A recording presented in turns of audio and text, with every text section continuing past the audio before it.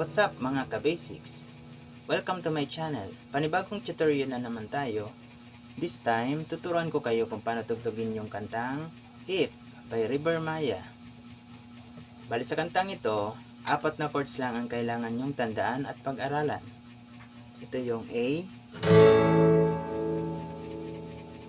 A7, D, at G. Yun guys, 4 na chords lang simula sa umpisa hanggang sa tapos ng kanta. So, tugtugan na agad natin siya para makuha nyo yung pagkasunod-sunod. Simulan natin sa intro.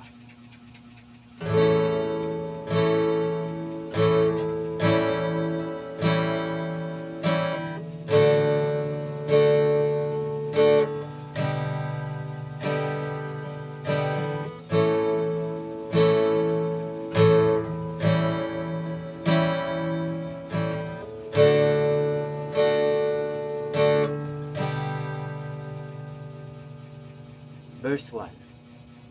If I could choose to live your life,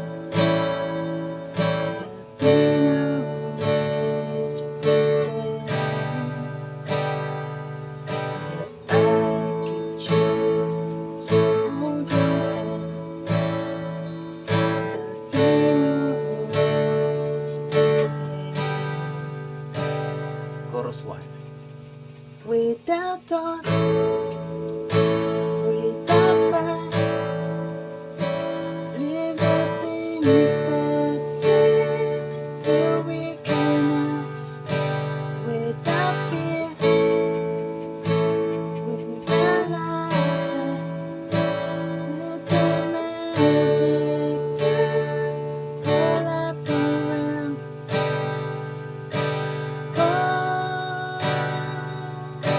Instrumental.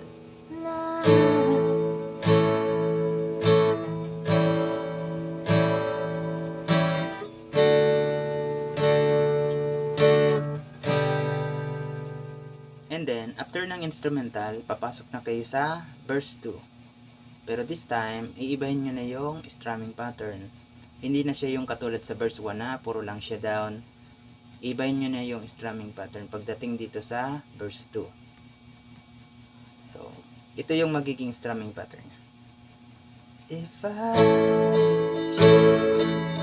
touch your head, you touch me back too.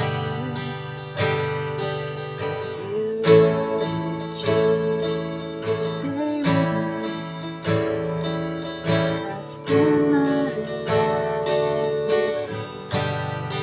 Chorus. Without doubt, without pride, let the winds set to recognize.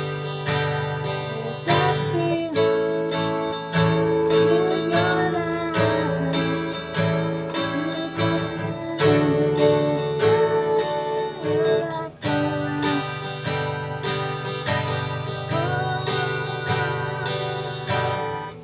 Instrumental, and then diretso na siya outro.